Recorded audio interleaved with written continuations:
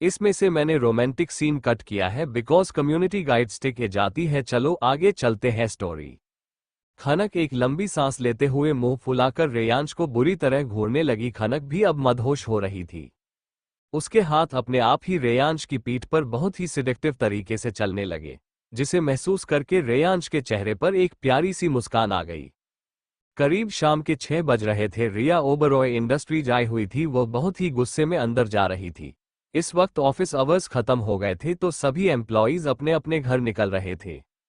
तभी रिया गुस्से में अपने पैर पटकते हुए अंदर आई कि तभी रिसेप्शनिस्ट जो अपने घर जाने के लिए निकलने ही वाली थी वह रिया को रोक देती है और बोली, मैडम आप इस तरह कहाँ जा रही है? आपके पास अपॉइंटमेंट है। इस वक्त तो ऑफिस आवर्स भी खत्म हो है। रिया गुस्से में बोली, नहीं है और मुझे अपॉइंटमेंट लेने की भी जरूरत नहीं है। कहते हुए जैसे ही वह आगे बढ़ी रिसेप्शनिस्ट ने उसका हाथ पकड़ा और उसे पीछे खींचते हुए एटीट्यूड से बोली, मैडम मैंने आपसे बोला ना आप अंदर नहीं जा सकती। आपको पता नहीं है हमारे बॉस कितने स्ट्रिक्ट और खतरनाक है।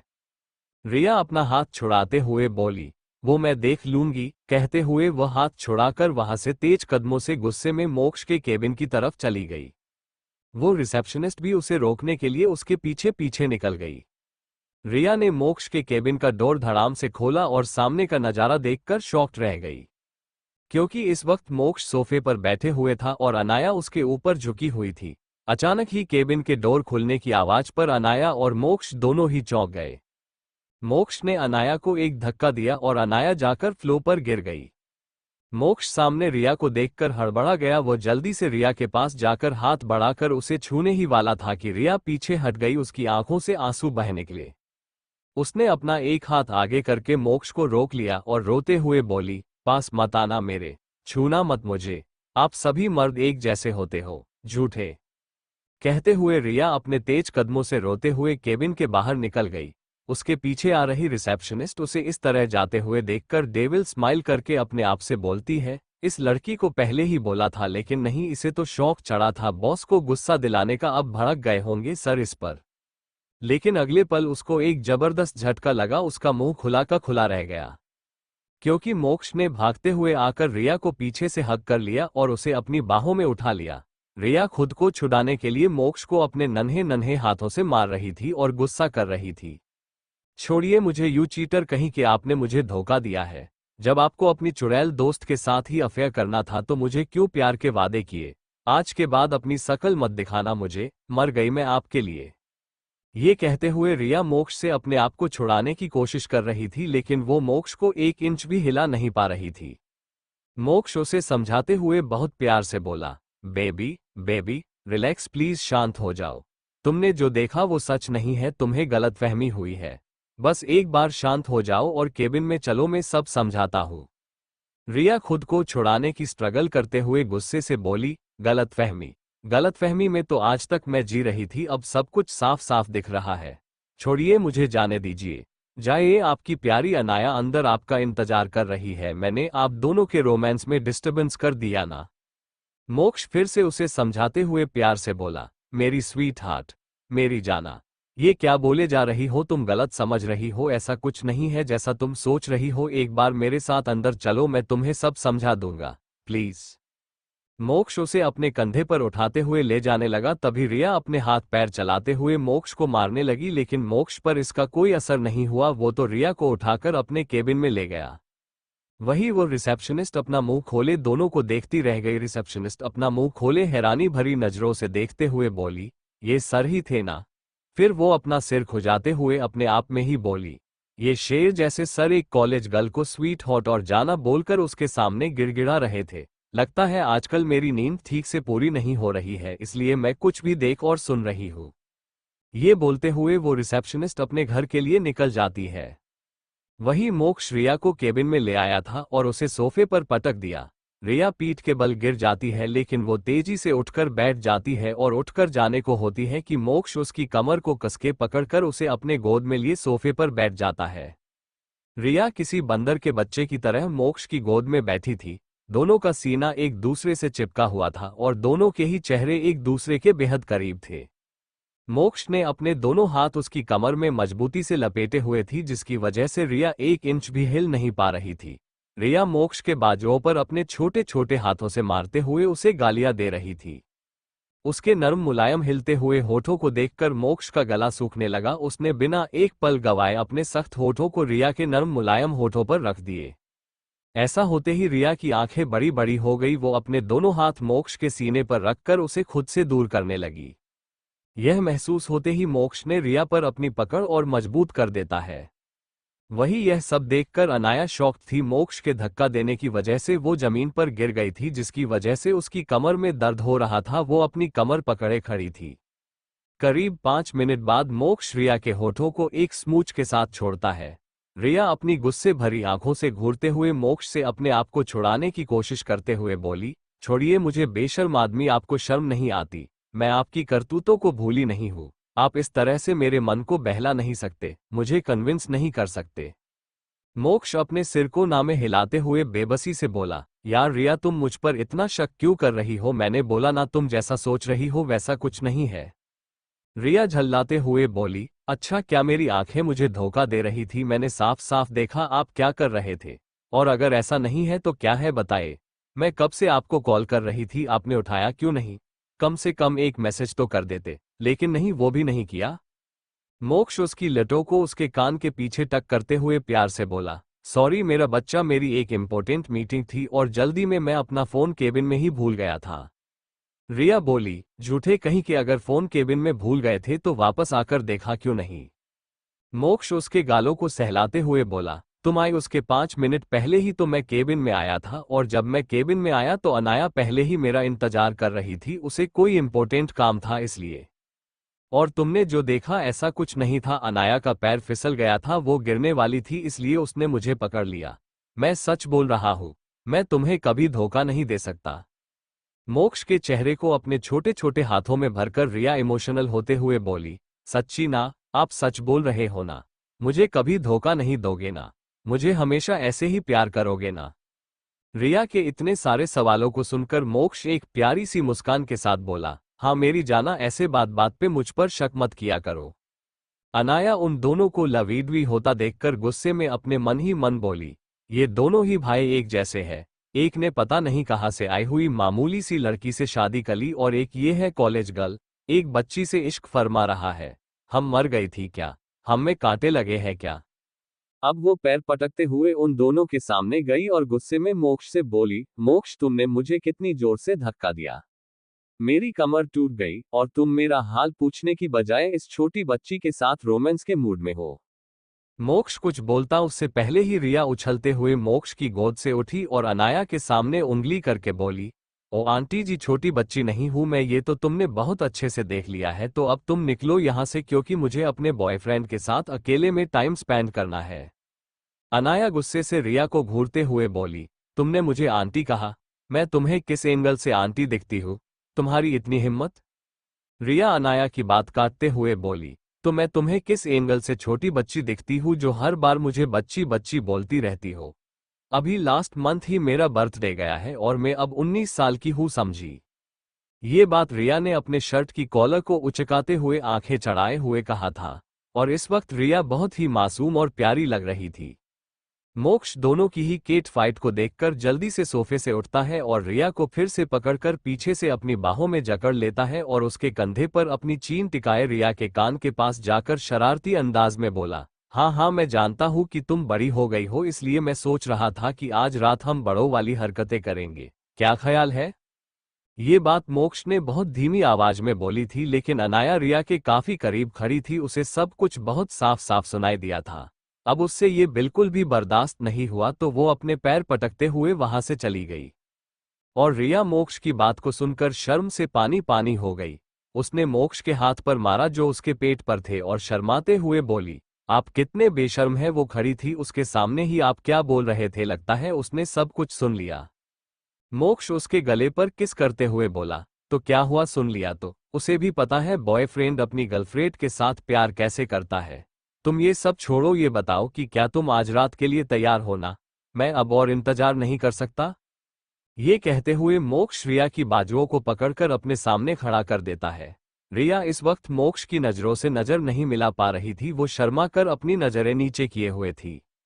मोक्ष बार बार उसे एक ही सवाल कर रहा था, लेकिन रिया शर्म से मरी जा रही थी। वो अपनी नजरें उठाने की हिम्मत भी नहीं कर पा रही थी।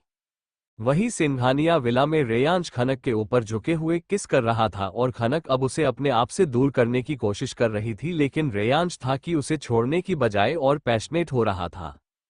जब रेयांश खनक के होठों को छोड़ता है तो खनक अपनी थकी हुई आवाज में बोली, अब छोड़ दीजिए ना, पिछले 3 घंटों से आप मुझे परेशान कर रहे हैं। बहुत थक गई हूं मैं। मुझे तो लगता है आप मुझे रात को भी नहीं छोड़ने वाले। रेयांश खनक की खुली बॉडी पर अपने हाथों को बहुत ही तेजी से चला रहा था। वह खनक के गले को चूमते हुए बोला, ओ जस्ट शट अप जान, एक तो मैं 1 हफ्ते बाद तुम्हारे करीब आया हूं और उसमें भी तुम्हें शिकायतें करनी है। Let me do what I am doing, वरना अगले 1 हफ्ते तक इस कमरे से तो क्या बिस्तर से भी उठने नहीं दूंगा। खनक रेयांश की धमकी सुनकर अपनी आंखें फाड़े उसे घूर कर देखने लगी। वह अपनी लंबी लंबी पलकें फड़फड़ाते हुए रेयांश को देख रही थी। उसका चेहरा थका हुआ था लेकिन बहुत मासूम लग रहा था। रेयांश उसके मासूम चेहरे को देखते हुए शरारती आवाज में बोला, जान ऐसे मत देखो नहीं तो तुम चलने फिरने लायक नहीं रहोगी। बोलते हुए रेयांश अपनी एक आंख ब्लिंक कर देता है, जिसे देखकर खनक अपने नन्हे नन्हे हाथों से रेयांश के सीने पर मारने लगी और मुंह बनाकर शिकायतें करने लगी। तभी खनक के मोबाइल में एक नोटिफिकेशन की बेल बजती है, जिससे दोनों का ही ध्यान टूटता है।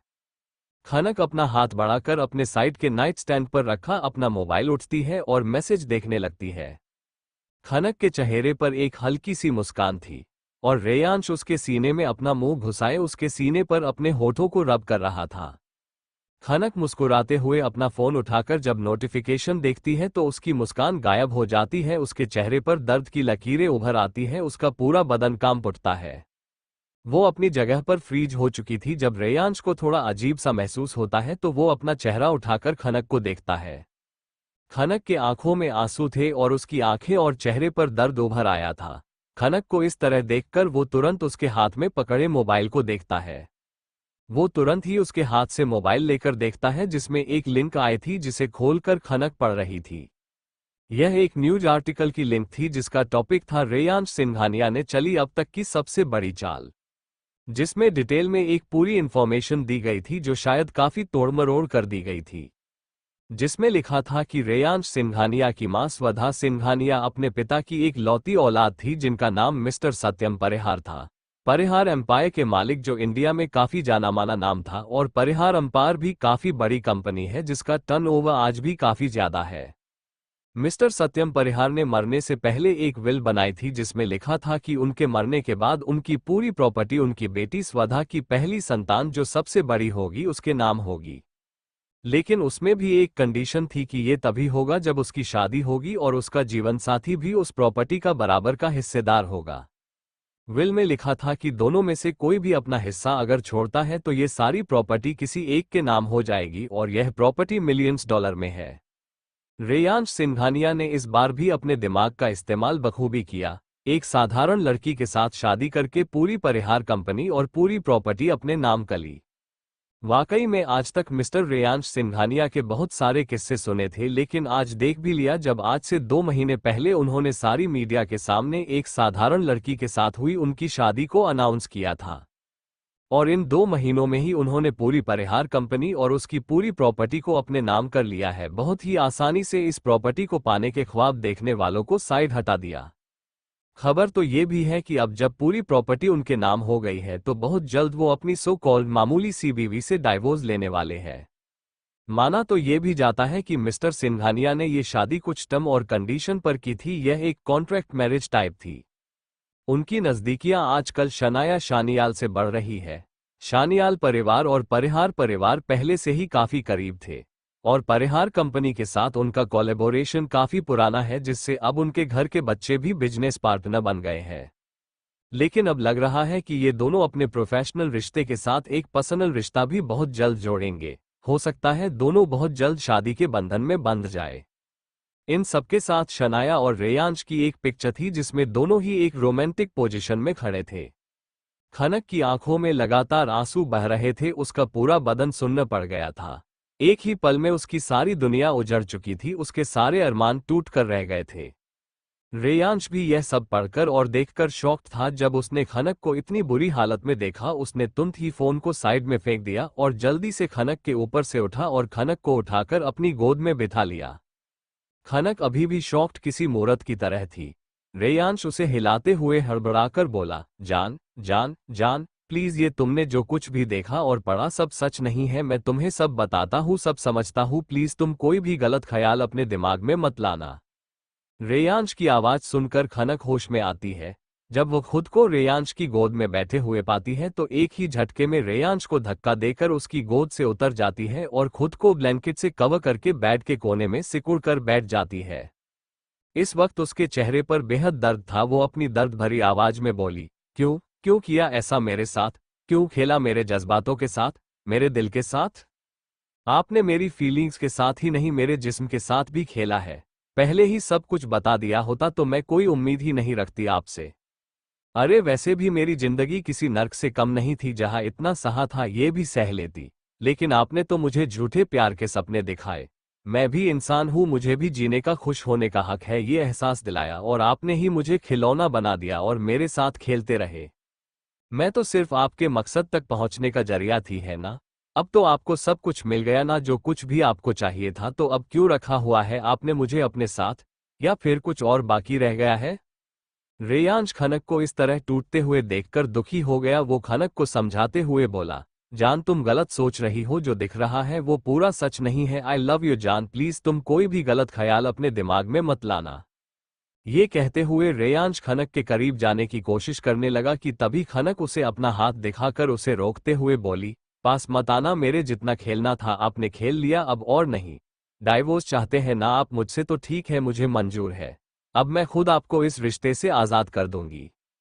खनक ये सब बोलते हुए अपने आंसू पोंछ रही थी, लेकिन फिर भी उसकी आंखों से लगातार आंसू बह रहे थे। डाइवोर्स का नाम सुनकर तो रेयांश के तन बदन में आग लग गई। उसका पारा हाई हो गया। उसने बहुत ही गुस्से में खनक को एक ही झटके में पकड़कर अपने करीब खींच लिया। खनक एक ही पल में उसकी बाहों में समा गई। रेयांश उसके चेहरे के बिल्कुल करीब अपना चेहरा ले जाकर अपने दांत पीसते हुए बोला, डाइवोर्स दोगी तुम मुझे? अलग होने की बात कर रही हो? मैं भी देखता हूं कैसे होती हो। मुझसे अलग होने के ख्याल तो तुम छोड़ ही दो, क्योंकि ये तो होने से रहा। खनक अपनी नम आवाज में बोली, क्यों आपकी शनाया क्या करेगी फिर? मैं जाऊंगी तभी तो वो इस घर में आ पाएगी। रेयांश को गुस्सा नहीं करना था, लेकिन खनक जिस तरह से बोल रही थी उससे साफ पता चला रहा था कि उसे रेयांश के ऊपर अब जरा सा भी भरोसा नहीं रहा था। उसने उस आर्टिकल को पूरी तरह से सच मान लिया था। खनक की हालत को देखकर रेयांश किसी तरह से अपना गुस्सा कंट्रोल करता है और अपनी सॉफ्ट आवाज में बोलता है, जान क्या बकवास कर रही हो तुम? मेरा उस लड़की के साथ कोई रिश्ता नहीं है, वो सिर्फ एक बिजनेस पार्टनर है, इसके अलावा और कुछ नहीं। तुमने जो पिक्चर देखी वो भी पूरा सच नहीं है। वो लड़की जानबूझकर मुझ पर गिरी थी। जान समझने की कोशिश करो, इन लोगों का तो काम ही होता है आधा अधूरा लिखना। तुम कैसे सच मान सकती हो ये सब? खनक एक फीकी मुस्कान के साथ बोली, क्या सच है क्या झूठ है, मुझे कुछ भी समझ नहीं आ रहा और अब मुझे जानना भी नहीं है। ये कहते हुए खनक खुद को ब्लैंकेट में लपेटकर वॉशरूम में चली गई। रेयांश उसे जाते हुए देखता रहा, फिर गुस्से से बेड से उठा और क्लोजेट में चला गया। कुछ घंटे बाद दोनों ही डाइनिंग टेबल पर बैठे थे। खनक चुपचाप अपना खाना खा रही थी। वो अपने मुंह से एक लफ्ज भी नहीं निकालती। उसने लगभग रेयांश को इग्नोर करना ही स्टार्ट कर दिया था। दोनों ही अपना डिनर खत्म कर लेते हैं। रेयांश कब से नोटिस कर रहा था कि खनक उसे देख नहीं रही है, ना ही उससे कोई बात कर रही है। जब दोनों अपना डिनर खत्म करके कमरे में आते हैं तो खनक एक पिलो और एक्स्ट्रा ब्लैंकेट लेकर सोफे की तरफ बढ़ जाती है और ये देखकर रेयांश की आंखें सिकुड़ जाती हैं। वो गुस्से से खनक को बोला, जान what the hell are you doing? Khanak पलटकर बोली, आपसे दूर रह रही हूँ। आपकी मर्जी के बिना मैं यहाँ से जा तो नहीं सकती, लेकिन अपनी मर्जी से मैं इसी घर में रहकर भी आपसे दूरी बना सकती हूँ। ये सुनकर रेयांश के हाथों की मुठियां कस जाती है। खनक जाकर सोफे पर सो जाती है। ये देखकर रेयांश अपनी ही जगह पर कुछ देर वही जमा रहा। उसे इस वक्त बहुत ज्यादा गुस्सा आ रहा था, लेकिन खनक इस वक्त गुस्से से ज्यादा दुखी थी। इस वक्त खनक की हालत ऐसी नहीं थी कि वो रेयांश का गुस्सा या मनमानी सह सके। रेयांश किसी तरह अपना मन कचोट कर बेड पर जाकर लेट गया। आधी रात होने को आई थी, लेकिन अभी तक उसे नींद नहीं आ रही थी। आती भी कैसे? उसकी जान जो उसके पास नहीं थी। वो बार बार अपनी करवट बदलता रहा। यहाँ खनक का भी यही हाल था, उसे भी नींद नहीं आ रही थी, आती भी कैसे, उसे भी तो रेयांश के बाहों में सोने की आदत लग गई थी। ऐसे ही दोनों की करवट बदलते हुए पूरी रात बीत गई। दूसरे दिन सुबह भी खनक ने कोई बात नहीं की थी। रेयांश मायूस होकर ऑफिस के लिए चला गया। ऑफिस जाते ही उसने सबसे पहले जो ऑनलाइन न्यूज वायरल हो रही थी उसका पता लगाया।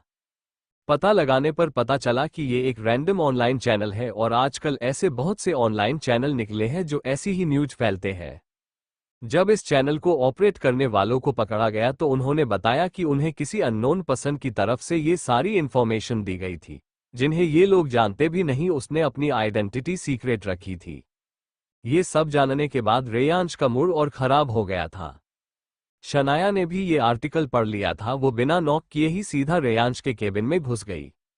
किसी को बिना नॉक किए इस तरह अपने केबिन में आते देखकर रेयांश का पारा हाई हो गया। जब सामने शनाया को देखा तो उसने अपनी लाल आंखों से उसे घूरते हुए देखा और अपनी भारी आवाज में चिल्लाते हुए बोला, what the hell is this? Miss Shaniyal, मैंने कितनी बार कहा है कि मेरे केबिन में बिना नॉक किए मत आया करिए, और ऐसे अकेले तो बिल्कुल भी नहीं।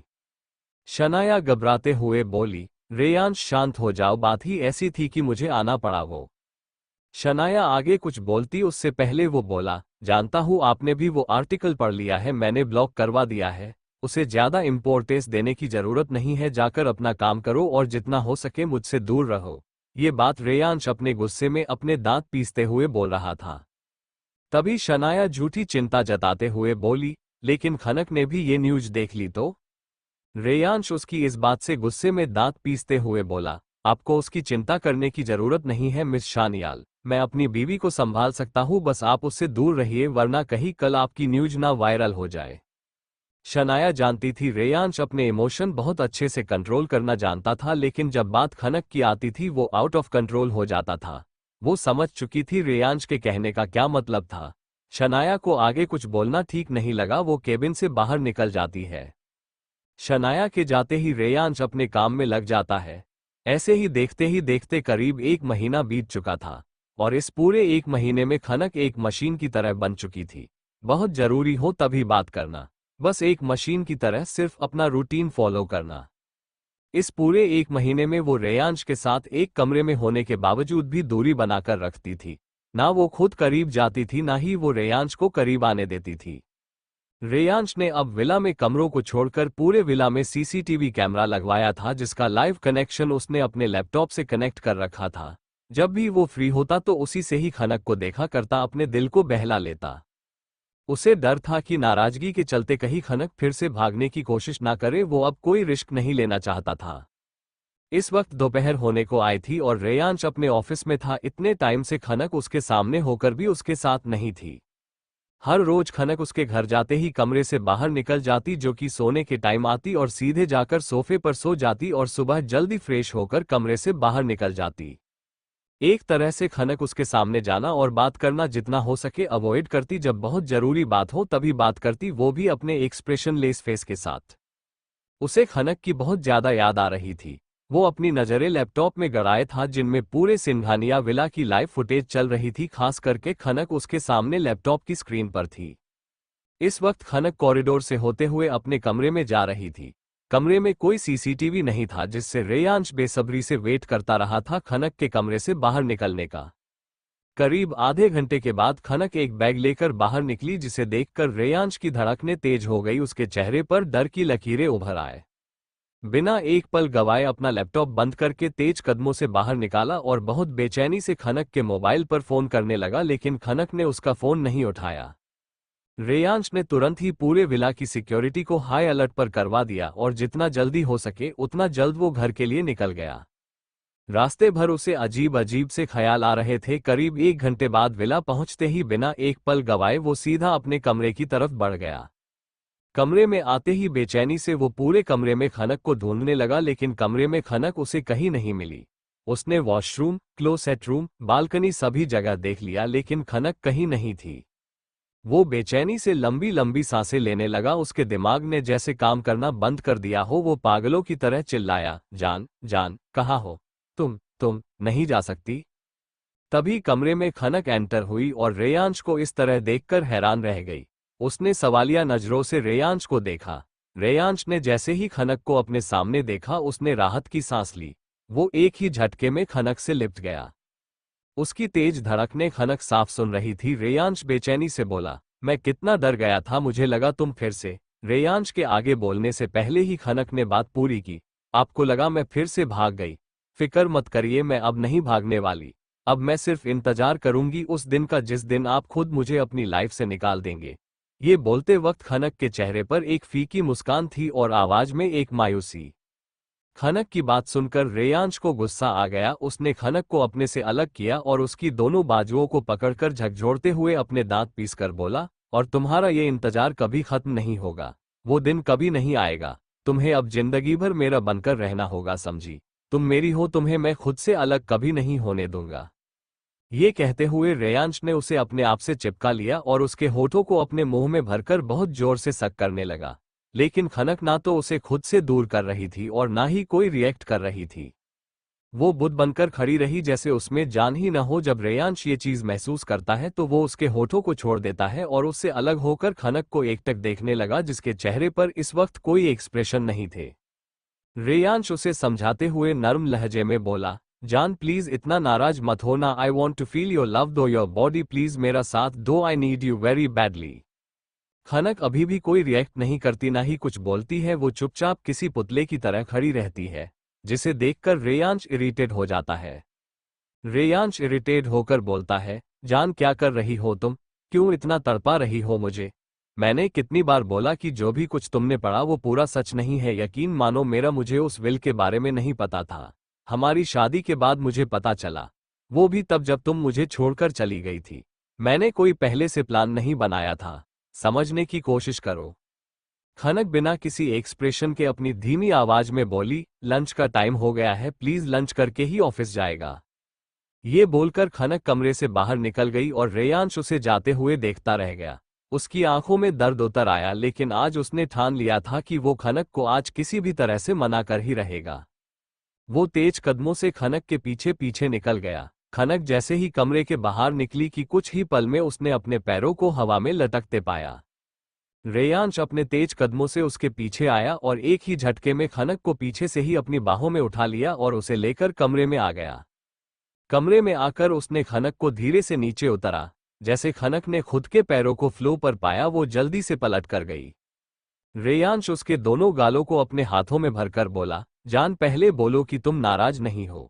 जब तक तुम ठीक से बात नहीं करोगी, अपनी मर्जी से मेरे करीब नहीं आओगी, मैं तुम्हें इस कमरे से बाहर नहीं जाने दूंगा। खनक रेयांश के हाथों को अपने गाल से हटा देती है और गुस्से में बोली, हर बार अपनी मनमानी करनी होती है आपको। पहले मेरा दिल तोड़ते हैं, मेरा भरोसा तोड़ते हैं, फिर मुझसे एक्सपेक्ट करते हैं कि मैं गुस्सा भी ना करूं, नाराज भी ना हो। रेयांश खनक को कमर से पकड़कर अपने करीब खींच लेता है और खुद से चिपका लेता है। वो इस बार बिना गुस्सा किए प्यार से बोला, तुम्हें नाराज होने का पूरा हक है जान। तुम्हें जितना गुस्सा करना है उतना गुस्सा करो, शिकायतें करो, जो करना है करो, लेकिन प्लीज ऐसे मशीन की तरह मत रहो। ऐसा लगता है जैसे तुम में जान ही नहीं है, एक बेजान गुड़िया की तरह हो गई हो। बहुत तकलीफ होती है तुम्हें ऐसे देखकर। तुम्हें जितना गुस्सा करना है, जितनी शिकायतें करनी है करो। आई प्रॉमिस मैं चुपचाप सुनूंगा, तुम्हारा गुस्सा भी सह लूंगा। बस तुम मुझे मेरी पहले वाली खनक लौटा दो जान प्लीज। ये कहते हुए रेयांश का चेहरा मायूस हो गया था, जैसे वो अभी रो देगा। खनक की आंखों में हल्की नमी तैर गई, लेकिन फिर भी उसे रेयांश पर बहुत गुस्सा आ रहा था। अब वो चुप नहीं रहना चाहती थी।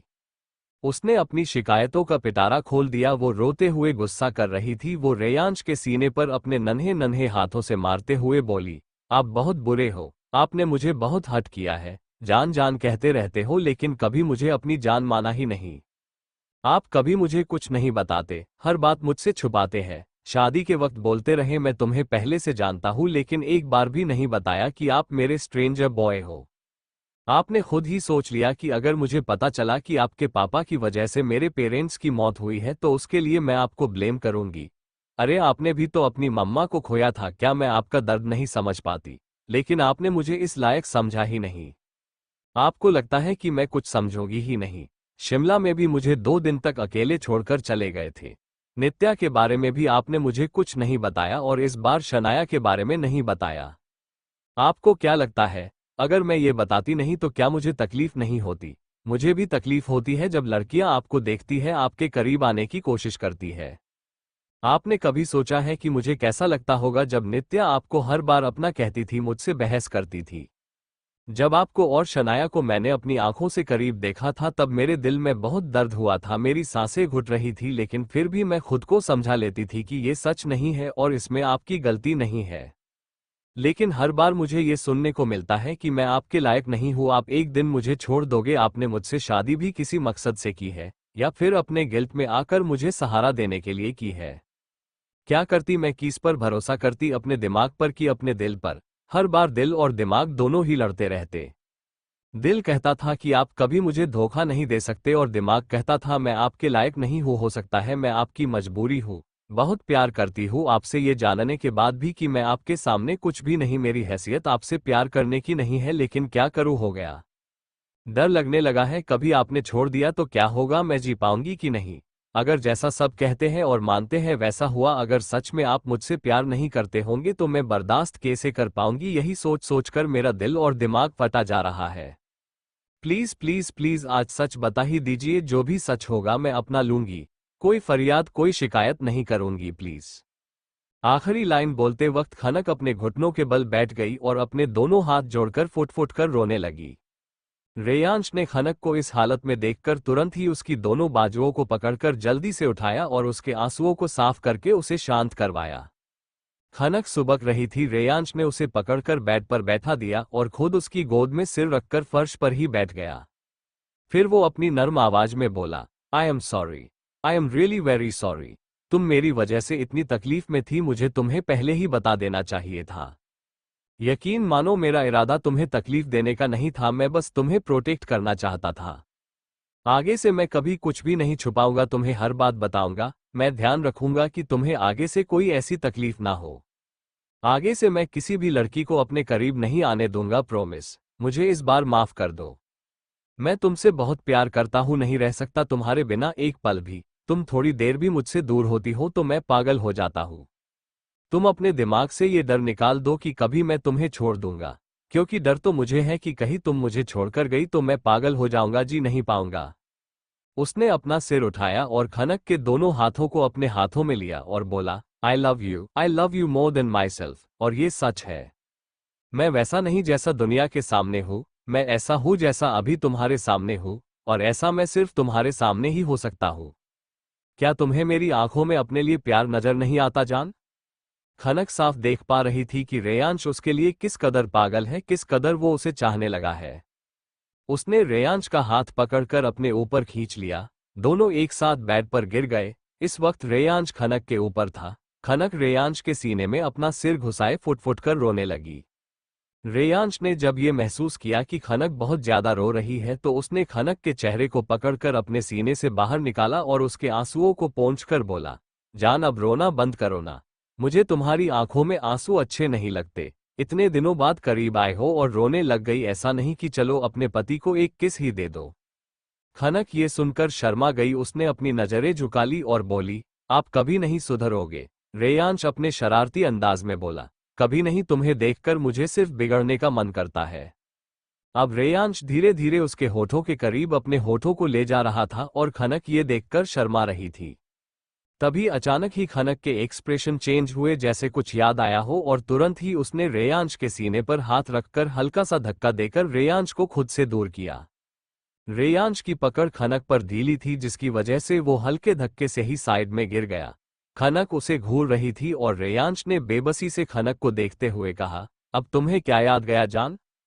खनक बेड पर बैठ गई और अपनी कमर पर हाथ रखकर अपनी आंखें छोटी करते हुए गुस्से में बोली, एक मिनट, एक बात बताइए, आप ऐसा क्यों चिल्ला रहे थे कि जान तुम कहाँ हो? तुम नहीं जा सकती। आपको ऐसा क्यों लगा कि मैं आपको छोड़कर चली गई? रेयांश खनक के सवालों को सुनकर हड़बड़ा गया, उसने अपनी आंखें इधर उधर की जैसे वो कुछ छुपा रहा हो। खनक रेयांश को इस तरह करते देखकर अपनी आंखें छोटी करते हुए फिर से बोली, बोलिए, अब और क्या छुपा रहे हैं मुझसे? रेयांश अपने चेहरे पर झूठी मुस्कान सजाए बोला, मैंने तुम्हें कमरे से बाहर बैग लेकर जाते हुए देखा तो मुझे लगा तुम चली जाओगी मुझे छोड़कर, इसलिए। खनक गुस्से में बेड से नीचे उतरी और अपने दांत पीसते हुए बोली, इसका मतलब आप मुझ पर नजर रख रहे थे? आपको बोला था मैंने कि मैं कहीं जाने वाली नहीं हूं, लेकिन आपको भरोसा नहीं हुआ। खनक को इतने गुस्से में देखकर रेयांश बेड से कूदते हुए खनक के पास खड़ा हो जाता है और उसे मनाने के लहजे में बोला, अरे यार मतलब तुम नाराज थी, एक तो तुम दूर दूर रहती थी इसलिए बस मैंने तुम्हें देखने के लिए, और हाँ ये भी सच है कि मुझे डर था कि कहीं तुम चली गई तो।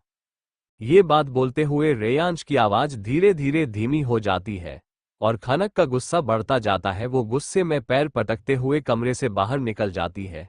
तभी रेयांश उसके पीछे पीछे उसे मनाने के लिए जाता है, लेकिन खनक पलटकर अपनी उंगली दिखाते हुए बोली, खबरदार जो मेरे पास भी आए और मुझे छुआ तो। हिटलर आदमी अपनी चील सी नजरें मुझ पर ही गड़ाए रखते हैं, इस आदमी को कभी मुझ पर भरोसा नहीं होगा। हुमम। रेयांश खनक की बातें सुनकर हैरान था। वो उसे डांट रही थी लेकिन वो इस वक्त कोई गुस्सा नहीं करता है, वो बस उसे मानते हुए पीछे पीछे जाता है।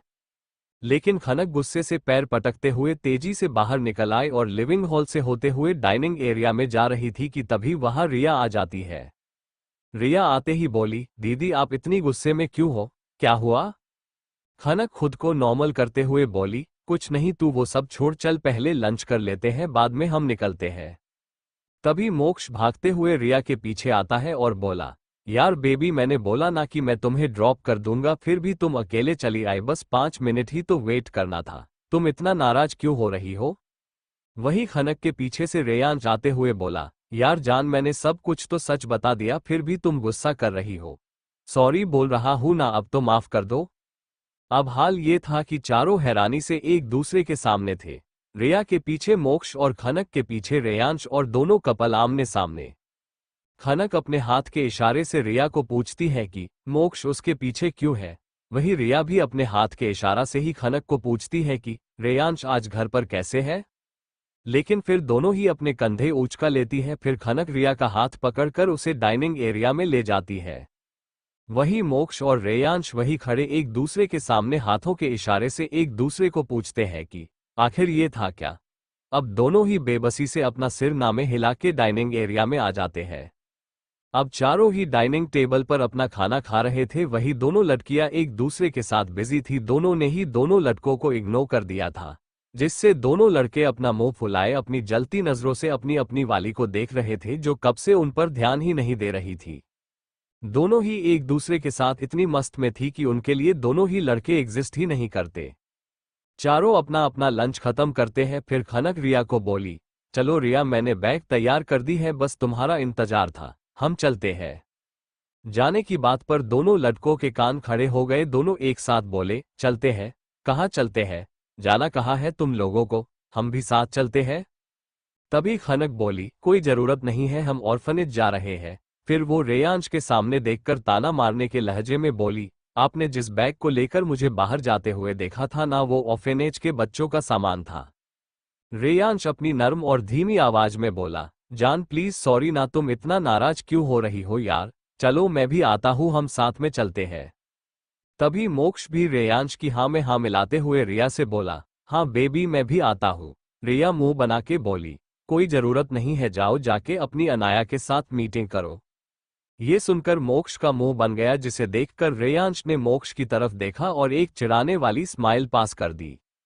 तभी खनक रेयांश से बोली, कोई जरूरत नहीं है आपको भी आने की, सोनाली आ रही है, वो ख्याल रख लेगी मेरा, आप बस उसे ऑर्डर दे देना कि मेरा लाइव फुटेज आपको देती रहे, आप यहाँ बैठकर अपने मोबाइल और लैपटॉप के स्क्रीन पर ही देखते रहना मुझे, और ध्यान रखना कि कहीं मैं वहां से भाग ना जाऊं। ममम चल रिया। खनक के ताने को सुनकर रेयांश का मुंह बन जाता है और मोक्ष ये देखकर जोर जोर से हंस पड़ता है और रेयांश उसे अपनी जलती निगाहों से घूर कर देखने लगा। दोनों ही लड़कियां ऑर्फनेज के लिए निकल गई और दोनों लड़के एक दूसरे के साथ लिविंग हॉल में मायूसी से बैठे थे। मोक्ष मायूसी से बोला, पहले की लाइफ अच्छी थी, अब तो ऐसा लगता है मेरी पूरी लाइफ रूठने मनाने में निकल जाएगी। रेयांश चिढ़ते हुए बोला, तेरी होगी पहले वाली लाइफ अच्छी, मैं तो उसके बिना अपनी लाइफ इमेजिन ही नहीं कर सकता। कितनी मुश्किल से मैंने उसे मनाया था, फिर नाराज हो गई। मोक्ष उसकी हालत को समझते हुए बोला, शांत हो जा भाई, और ये सोच के अब उनको मनाए कैसे। रेयांश थोड़ा रिलैक्स होते हुए बोला, बस रात तक का इंतजार, उसकी सारी नाराजगी मैं दूर कर दूंगा। ये बात उसने बेचैनी से बोली थी। तभी मोक्ष उसकी बेचैनी और हालत देखकर हंसते हुए अपने शरारती अंदाज में बोला, लगता है खनक तुम्हें अधूरा छोड़कर ही चली गई। तभी रेयांश मोक्ष को गुस्से में घूरता है और अपनी शांत आवाज में दांत पीसते हुए बोला, लगता है तुम्हें तो आधा अधूरा भी नहीं मिला। मोक्ष झुंझलाकर बोला, ऐसा कुछ नहीं है।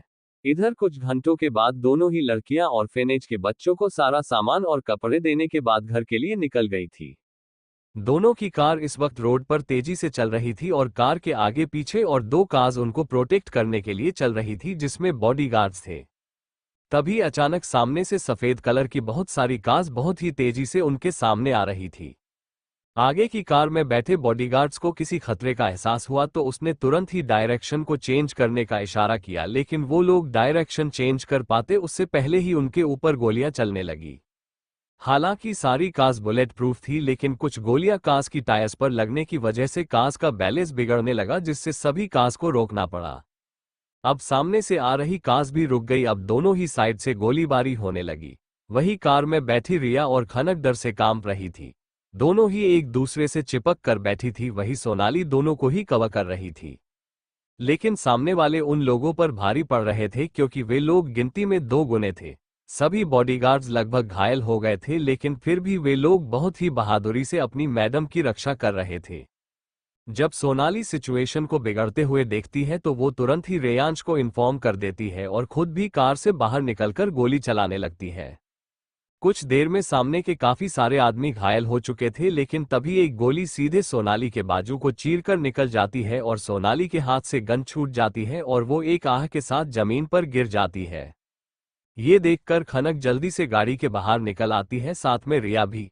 दोनों लड़कियां सोनाली को देखकर बोली, नो नो सोनाली, तुम्हें कुछ नहीं होगा। सोनाली करहाते हुए बोली, मैडम आप लोग अंदर बैठिए, मैंने बॉस को इन्फॉर्म कर दिया है, वो आते ही होंगे, प्लीज आप मेरी फिक्र मत करिए, आप अंदर बैठिए, आपको खतरा है। खनक सोनाली को मना करते हुए बोली, नहीं नहीं, हम तुम्हें ऐसे छोड़कर नहीं जा सकती। तभी सामने से एक आदमी इस बात का फायदा उठाते हुए उनकी तरफ आया और खनक की बाजुओं को पीछे से पकड़कर उसे खींचते हुए ले जाने लगा। तभी रिया मोनिका को छोड़कर खनक को छुड़ाने के लिए उस आदमी का हाथ पकड़कर उसे खनक से दूर करने लगी। छोड़ मेरी दीदी को गंदे आदमी, अगर मेरे जीजू आए ना तुम्हें मार देंगे।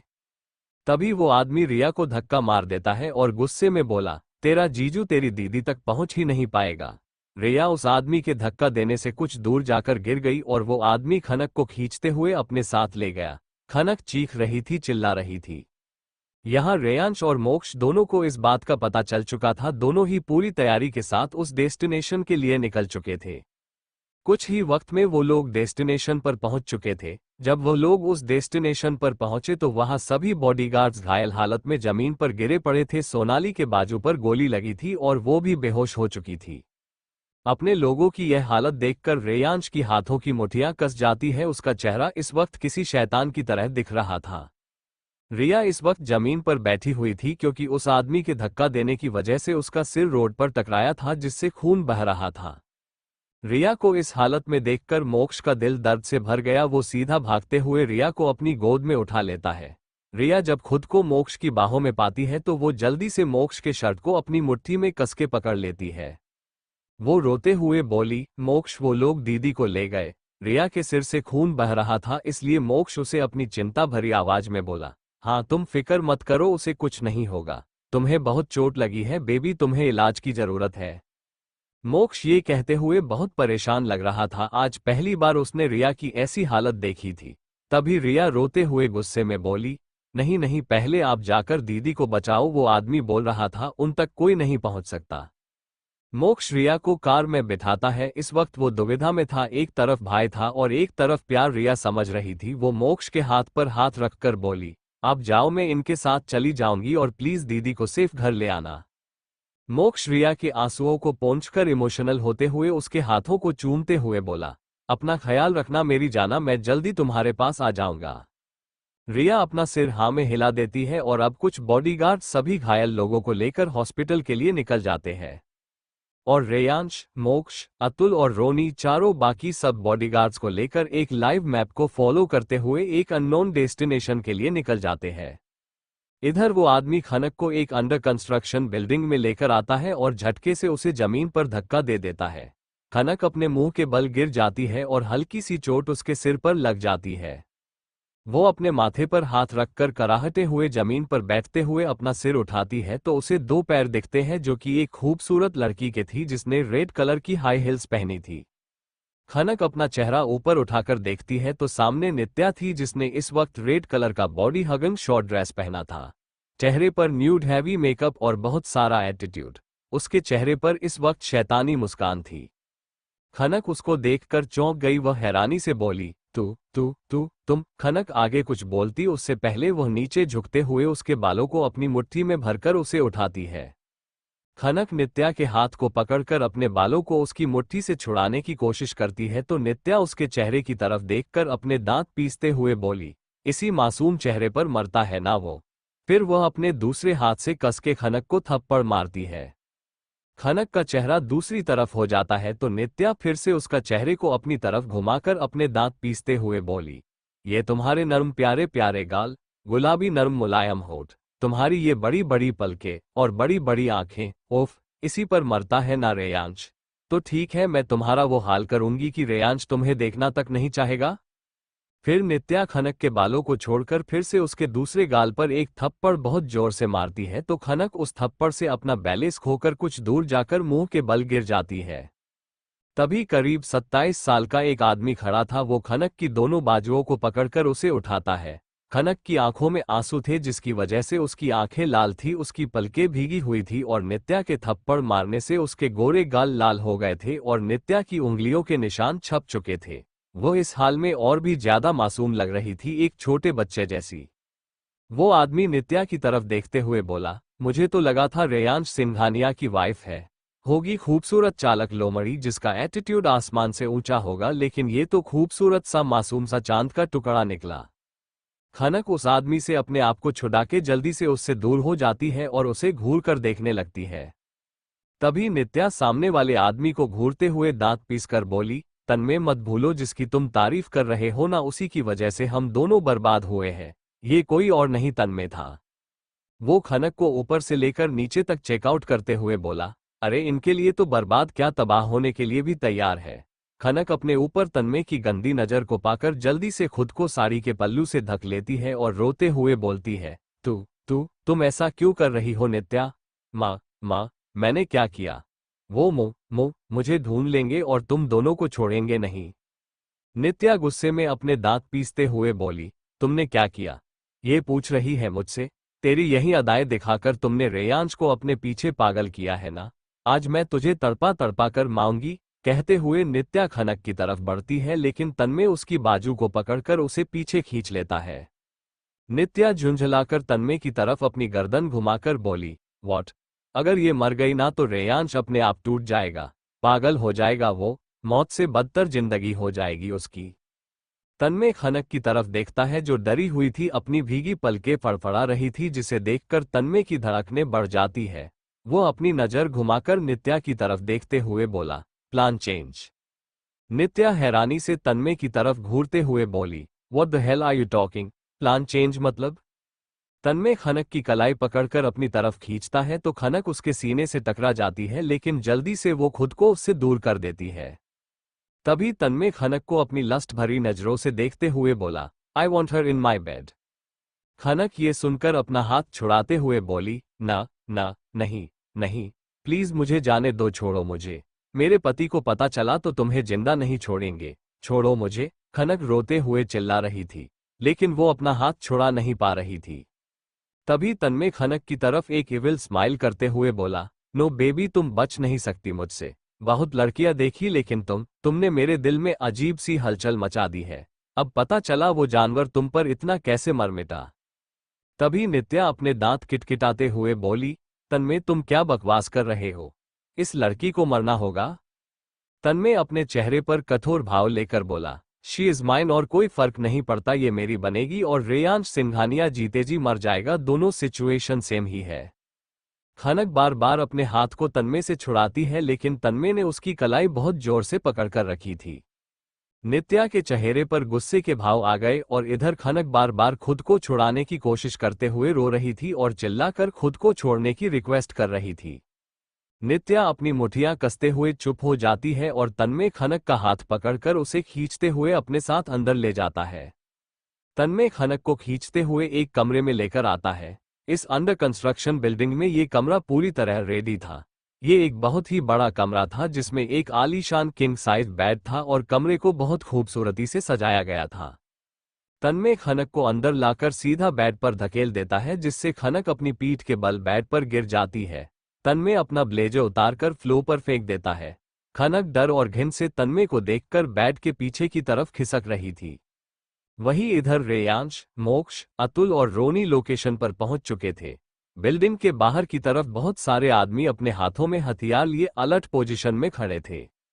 तभी रेयांश अपने गार्ड्स को अटैक करने का ऑर्डर देता है। तभी वहां कुछ ही देर में गोलीबारी शुरू हो जाती है। रेयांश के वेल ट्रेन्ड गार्ड्स बारी बारी सभी आदमियों को ढेर कर देते हैं।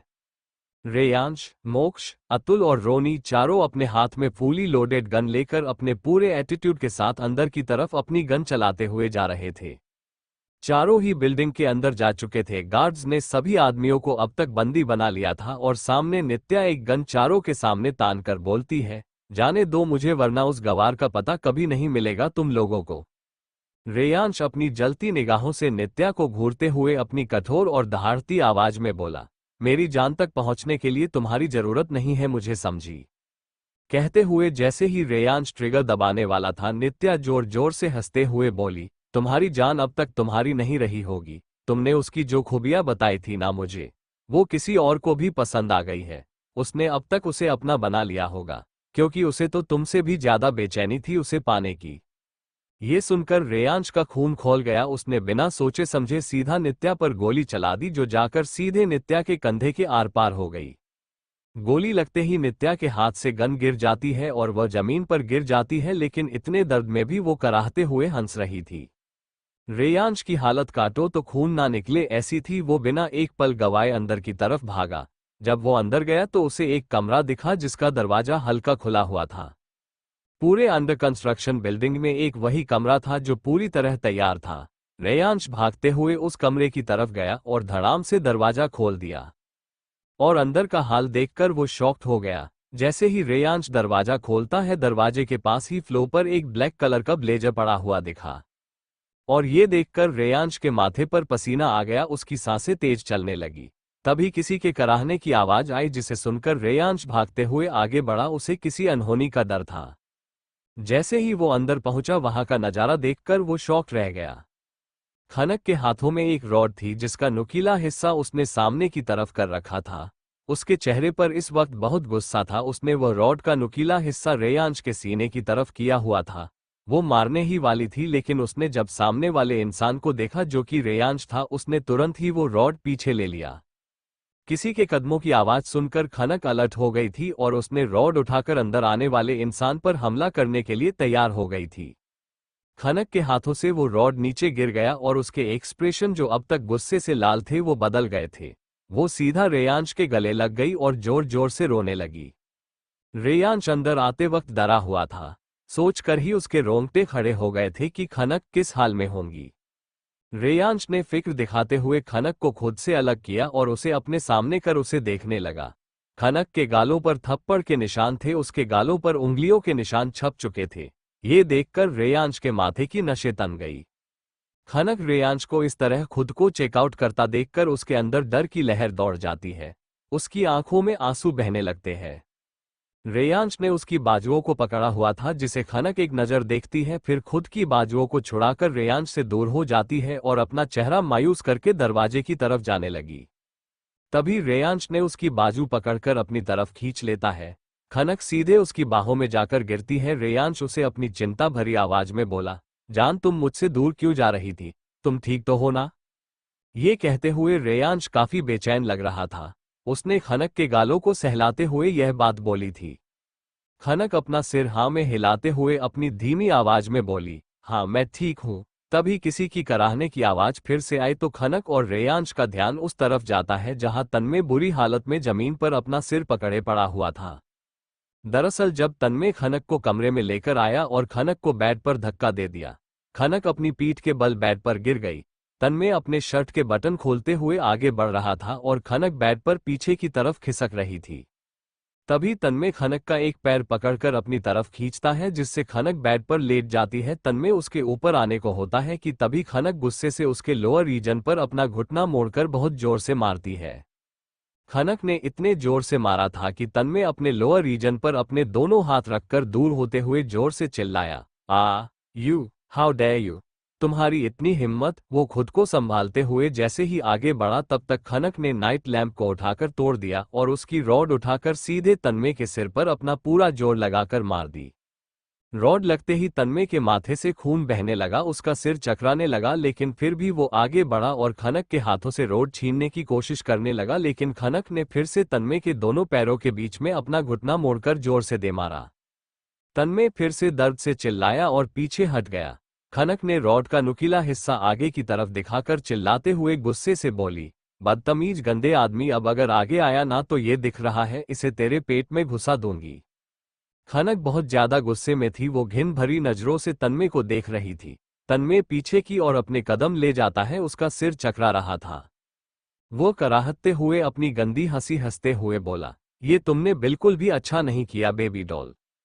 खनक उसको घूरते हुए अभी भी वो रॉड उसके सामने किए हुए खड़ी थी, वो कुछ नहीं बोली। तन्मय को अब अपने सिर में दर्द हो रहा था, इसलिए वो अपना सिर पकड़कर जमीन पर गिर गया क्योंकि उसको चक्कर भी आने लगा था। और तभी किसी के कदमों की आहट सुनाई दी और खनक डर से आने वाले इंसान पर अटैक करने के लिए अलर्ट हो गई। प्रेजेंट तन्मय को देखकर रेयांश का खून खोल जाता है। वो खनक को साइड करके तन्मय की तरफ बढ़ा और उसका गिरेबान पकड़कर उसे ऊपर उठाया और अपने सामने किया। तन्मय जान चुका था कि अब रेयांश उसे नहीं छोड़ेगा, लेकिन फिर भी वो अपनी नजरें खनक की तरफ करता है, जिसे देखकर रेयांश उसके मुंह पर एक पंच कस के जड़ देता है और दहाड़ते हुए दांत पीसकर बोला, तेरी इतनी हिम्मत, तूने मेरी बीवी पर अपनी गंदी नजर डाली, तूने मेरी जान को पाने की चाहत की, गलती कर दी मैंने, तुम बाप बेटे को जिंदा छोड़कर, पर अब तू बहुत भयानक मौत मरेगा। कहते हुए रेयांश ने फिर से उसे उठाया और उसके मुंह पर फिर से एक पंच जड़ दिया। इस वक्त रेयांश किसी जंगली जानवर की तरह लग रहा था जो अपने शिकार को फाड़ने के लिए तैयार था। खनक ने पहली बार रेयांश का ये रूप देखा था। वो आंखें फाड़े रेयांश को देख रही थी, जो बिना रुके तन्मय को बेरहमी से मार रहा था, और तमन्या का पूरा शरीर खून से लथपथ था। अब तो उसकी दर्द भरी चीखें भी निकलने लगी थी। इस वक्त रेयांश की नीली आंखें गुस्से से लाल थी, उसके हाथों की नसें तनी हुई थी और उसका चेहरा इस वक्त गुस्से से बुरी तरह तमतमाया हुआ था। वह तन्मय को सामने वार करने का मौका ही नहीं दे रहा था। लगातार वार से अब तन्मय जमीन पर निढाल होकर गिर पड़ता है। उसकी आंखें धीरे धीरे बंद हो रही थी और उसके सामने डर से कांप रही खनक खड़ी थी। उसने रेयांश को इस रूप में देखकर अपने होश ही खो दिए थे। तभी मोक्ष और रोनी अंदर आते हैं। वो लोग रेयांश को इस तरह बेरहमी से तन्मय को मारते हुए देखकर चौंक गए। मोक्ष ने बहुत जोर से चिल्लाते हुए कहा, रेयांश वो बेहोश हो चुका है, रुक जाओ रेयांश। रेयांश मोक्ष की आवाज से रुक जाता है और पलटकर मोक्ष और रोनी को देखता है। इस वक्त रेयांश का ऑरा इतना खतरनाक था कि कोई भी डर जाए। मोक्ष और रोनी भी हड़बड़ा गए। रेयांश अपनी ठंडी आवाज में बोला, इसे इतनी आसान मौत नहीं मिलनी चाहिए, इसे ब्लैक हेल में ट्रांसफर करो। रेयांश की ठंडी आवाज सुनकर रोनी की रीढ़ की हड्डी में सिहरन दौड़ गई। वो हड़बड़ाते हुए बोला, जी बॉस। रेयांश उन दोनों को नजरअंदाज करके खनक की तरफ बढ़ा। खनक ने जब महसूस किया कि रेयांश उसकी तरफ बढ़ रहा है, वो हड़बड़ाकर अपने कदम पीछे लेने लगी, जिसे देखकर रेयांश के एक्सप्रेशन और कोल्ड हो गए। खनक डर के मारे कांपते हुए अपने कदम पीछे ले रही थी। रेयांश उसे डरता हुआ देखकर एक ही झटके में अपने करीब खींचकर अपनी गोद में ब्राइडल स्टाइल में उठा लेता है। ये इतनी जल्दी हुआ था कि खनक को पता भी नहीं चला। खनक ने गिरने के डर से रेयांश के गले में अपने हाथों को लपेट लिया। रेयांश इस वक्त एक्सप्रेशनलेस चेहरे के साथ तेज कदमों के साथ बाहर आ गया। अब तक नित्या और तन्मय को गार्ड्स ले जा चुके थे। खनक ने डर के मारे एक शब्द भी अपने मुंह से नहीं निकाला था। खनक चुपचाप उसके सीने में अपना मुंह दबाए लेटी रही। इधर खनक के मिलते ही मोक्ष भी जल्द से जल्द बिना एक पल गवाए वहां से निकल गया।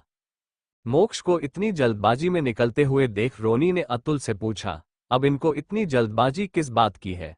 बॉस की बीवी तो मिल गई ना, सब ठीक है अब? तभी अतुल बोला, वो अपनी गर्लफ्रेंड के पास जा रहे हैं। तभी रोनी बोला, उनकी गर्लफ्रेंड? अतुल बोला, हाँ वही लड़की जो मैडम के साथ थी, वो उनकी गर्लफ्रेंड थी। अब चलो। रोनी हैरानी से बोला, मतलब ये भी सिंगल नहीं रहे? लगता है हम ही सिंगल मर रहे हैं, कहते हुए रोनी कार की तरफ बढ़ गया। कुछ ही देर में रेयांश और खनक सिंघानिया विला पहुंच चुके थे। पूरे रास्ते रेयांश ने खनक को अपने सीने से लगाए हुआ था। इस वक्त खनक और रेयांश दोनों ही वॉशरूम में थे। खनक को इस वक्त बहुत डर लग रहा था क्योंकि इस वक्त रेयांश का बिहेवियर बिल्कुल भी नॉर्मल नहीं था, वो अजीब सा बिहेव कर रहा था। उसने शावर ऑन कर रखा था और वो खनक को लेकर शावर के नीचे खड़ा था। वो काफी देर से खनक से लिपटकर शावर के नीचे खड़ा था। आखिर में खनक अपनी लड़खड़ाती धीमी जुबान में बोली, रेयांश। इसके बाद वो आगे कुछ नहीं बोल पाती। रेयांश अपनी ठंडी आवाज में बोला, हम बोलो। इस वक्त रेयांश की आवाज ऐसी थी कि कोई भी सुन ले वो डर के मारे बेहोश हो जाए। खनक उसकी आवाज सुनकर ही सहर गई, उसका बदन कांपने लगा, लेकिन फिर भी वो हिम्मत करके बोली, मुझे ठंड लग रही है। रेयांश खनक से दूर हुए और एक नजर खनक को देखा जो कि ठंड और दर्द दोनों की वजह से कांप रही थी।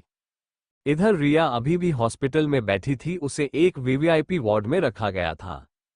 रिया कब से नर्स को समझा रही थी। वो बोली, अरे मैडम मुझे जाना है, आप जाने क्यों नहीं दे रही है? मुझे इतनी भी ज्यादा चोट नहीं आई कि आप लोगों ने मुझे इस वार्ड में लाकर रख दिया है। वो नर्स रिया को समझाते हुए अपनी पोलाइट आवाज में बोली, मैडम सर ने माना किया है, जब तक वो आ नहीं जाते आपको यही रहना है। रिया बेबस होकर अपने आप से बोली, क्या मुसीबत है, पता नहीं दीदी कैसी होगी। तभी अचानक ही वार्ड में कोई एंटर होता है। जब रिया और नर्स सामने देखती है तो मोक्ष बहुत ही तेजी से चेहरे पर चिंता लिए रिया की तरफ बढ़ रहा था। वो रिया के पास आकर उसे अपने गले लगा लेता है और चिंता भरी आवाज में बोला, बेबी तुम ठीक हो ना? तुम्हें ज्यादा दर्द तो नहीं हो रहा ना? रिया भी अपनी चिंता भरी आवाज में बोली, खनक दीदी कैसी है? वो ठीक है ना? उन्हें कुछ हुआ तो नहीं ना? कौन थे वो लोग? रिया के इतने सारे सवाल सुनकर मोक्ष उससे अलग हुआ और उसे प्यार से देखते हुए बोला, हाँ बेबी खनक ठीक है, रेयांश है उसके साथ, तुम फिक्र मत करो, हम वक्त पर पहुंच गए थे, उसे कुछ नहीं हुआ। रिया चैन की सांस लेती है, तभी मोक्ष उसके माथे को देखता है जहां बैंडेज लगी हुई थी। रिया को इस तरह देखकर उसके दिल में बहुत दर्द होता है, लेकिन उसे सही सलामत देखकर खुशी भी थी। रिया मोक्ष को इस तरह देखते देख बोली, मोक्ष मुझे इतनी बड़ी भी चोट नहीं आई है कि मुझे एडमिट होना पड़े, प्लीज मुझे घर जाना है। मोक्ष उसे बिना कुछ बोले अपनी गोद में उठाकर ले जाने लगता है। तभी रिया हैरानी से उसे देखते हुए बोली, मोक्ष मैं ठीक हूँ, मैं चल सकती हूँ, मुझे चोट सिर पर लगी है, मेरे पैर ठीक है। मोक्ष रिया की बात पर अपने स्ट्रेट लहजे में बोला, हाँ मुझे पता है, मुझे तुम्हें ऐसे ही ले जाना है। रिया मोक्ष को ऐसे देखकर हैरान थी क्योंकि मोक्ष इस वक्त थोड़ा परेशान भी था। दोनों अभी कार में बैठे थे। मोक्ष ने रिया को अपने गोद में बैठा रखा था और रिया भी चुपचाप मोक्ष की गोद में बैठी थी। वो मोक्ष के सीने से लगे हुए आंखें बंद करके बैठी थी। तभी कुछ वक्त में ही गाड़ी रुकती है और जब दोनों बाहर आते हैं तो रिया हैरान थी क्योंकि ये उसका अपार्टमेंट नहीं था। इस वक्त दोनों ही ओबरॉय मैंशन में थे। रिया हैरानी से मोक्ष से पूछती है, ये तो आपका घर है ना? मुझे यहाँ क्यों लेकर आए हैं आप? तभी मोक्ष उसे अंदर ले जाते हुए बोला, अब तुम यही रहोगी। रिया हैरानी से बोली, क्या? मैं यहाँ कैसे रह सकती हूँ? तभी मोक्ष बोला, अब तुम मेरे साथ ही रहोगी, तुम्हारी सेफ्टी को लेकर मैं कोई कॉम्प्रोमाइज नहीं कर सकता।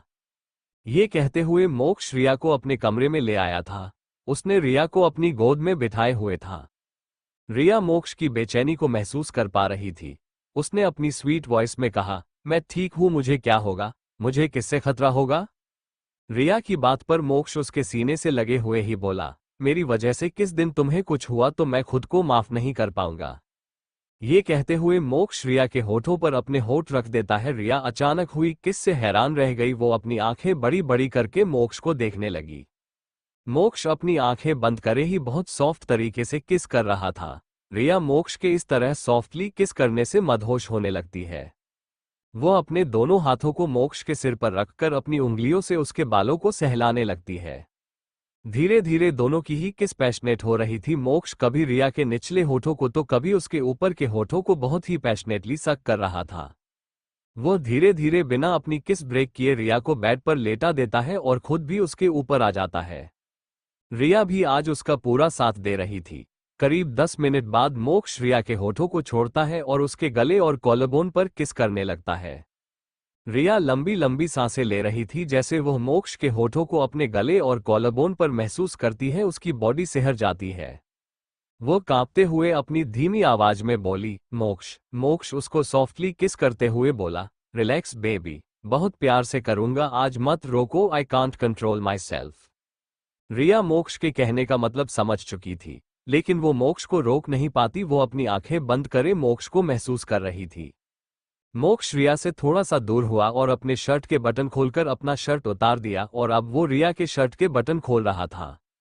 रिया ने शर्म से अपनी आंखें बंद कर ली और मोक्ष के हाथों को पकड़ लिया। मोक्ष उसे बहुत प्यार से देखते हुए बोला, open your eyes and look at me, I am only yours and you are mine. आज हमारे बीच कोई पर्दा नहीं रहेगा। ये सुनकर रिया की पूरी बॉडी सिहर उठती है। अब तक मोक्ष ने उसके शर्ट के सारे बटन खोल दिए थे।